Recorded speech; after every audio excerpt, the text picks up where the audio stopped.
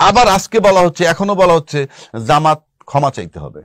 কথার কথা, ক্ষমা চাইবে কেন? ক্ষমা চাইতে হবে না, ক্ষমা চাওয়ার দিকে দরকার নাই। আপনি রাখেন, বিচার করতে হবে। রাখেন, আমার কথা শেষ করতে দেন।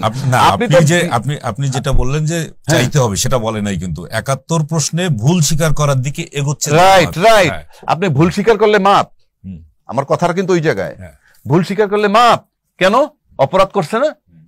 আপনি এত লোক হত্যা করছেন, এত লোকের ইজ্জত গেছে, বলা হচ্ছে আমি ভুল স্বীকার করলে মাপ, মানে কি? কি মানেটা দাঁড়ায় কি? পরিষ্কার বিচার করবেন। তাহলে কোথায় বিচার হয়েছে? যদি বলেন বিচার হয়ে গেছে, তাহলে আবার মাপ কিসের? আপনি একদিকে থাকতে হবে, কিন্তু বি প্র্যাকটিক্যাল। বিচার হয়েছে কয়েকজনের, কিন্তু দলগতভাবে তাদের মাপ চাওয়ার একটা কথা বলেছে। কালকে সকালে আওয়ামী লীগ তো মাপ চাবে, তখন কি করবেন? বিচার করবেন, মাপ হয়ে যাবে? আমি বুঝি না, আপনি এত বড় অপরাধ মাপ হয় কেমনে? ৩০ লক্ষ শহীদ, ২ লক্ষ মা বোনের সম্ভ্রম হারাইছে বলা হচ্ছে, সেটা আমি বলবো যে আমার ভুল হয়েছে, মাপ।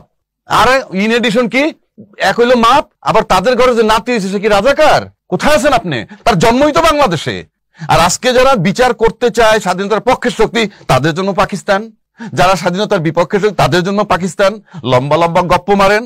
আর এই জেনারেশনের জন্ম বাংলাদেশে, তারা বলেন পাকিস্তানি। আর আপনি পাকিস্তানি, আপনি বলতেছেন যে আপনি স্বাধীনতার পক্ষের শক্তি। তার মানে কি আপনি পাকিস্তান দেশকে ভালোবাসতেন না? আপনি যখন দেশে ছিলেন তখন দেশটাকে ভালোবাসতেন না? একটু বি প্র্যাকটিক্যাল। আমার কাছে কোনো ইমোশন নাই।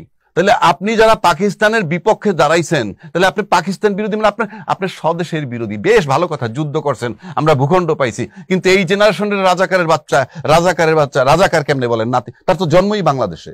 আপনি বাংলাদেশে জন্ম হওয়ার পর রাজাকার হচ্ছেন। এই সমস্ত থিওরি চেঞ্জ না করলে এটার জন্য খেসারত দিতে হবে। দেশ সেখানে নাই। আপনি জুলাই চেতনা মানবেন না, মানতে বাধ্য আপনি। কারণ আমি বলি, আপনি ৭১-এর যে যুদ্ধ হয়েছে, ৫৩ বছর সাধনা করছেন, ৫৩ বছর লালন করছেন স্বাধীনতার পক্ষের শক্তি, স্বাধীনতার পক্ষের শক্তি, যুদ্ধ ৫৩ বছর। আপনি জুলাই আন্দোলন ৫৩ মাস লালন করবেন না? এটা কি তামাশা নাকি? কারণ একটা রাজনীতিবিদের কোনো সন্তান বা কোনো নাতি, তাদের একটা চুল পর্যন্ত খসে না এই সমস্ত আন্দোলনে। রাজকীয় জীবন যাপন করছেন এবং টোটালটা বিজনেসবিহীন টাকা পয়সায় আপনারা বড় বড় কথা বলেন। আপনি আবার যদি আন্দোলন হয়, এখন সব দল বলতেছে, দায়িত্বশীল দলও বলতেছে, ফেব্রুয়ারিতে যদি নির্বাচন না হয় তাহলে এই অঞ্চলে আঞ্চলিক শান্তি বিঘ্নিত হবে। আপনি জানেন, সবকিছু বুঝতেছেন, তারপর আপনি ঐক্যমত্যে আসতে পারতেছেন না কেন? কারণ ঐক্যমত্যে আসলে আপনার দলের লোকসান হয়, আপনার ব্যক্তির লোকসান হয়, রাষ্ট্রের লাভ হয়। আর ঐক্যমত্যে না আসতে পারলে রাষ্ট্রের ক্ষতি হবে। তার মানে রাষ্ট্রের ক্ষতিটা আপনার কাছে কিছুই না, আপনাদের কাছে।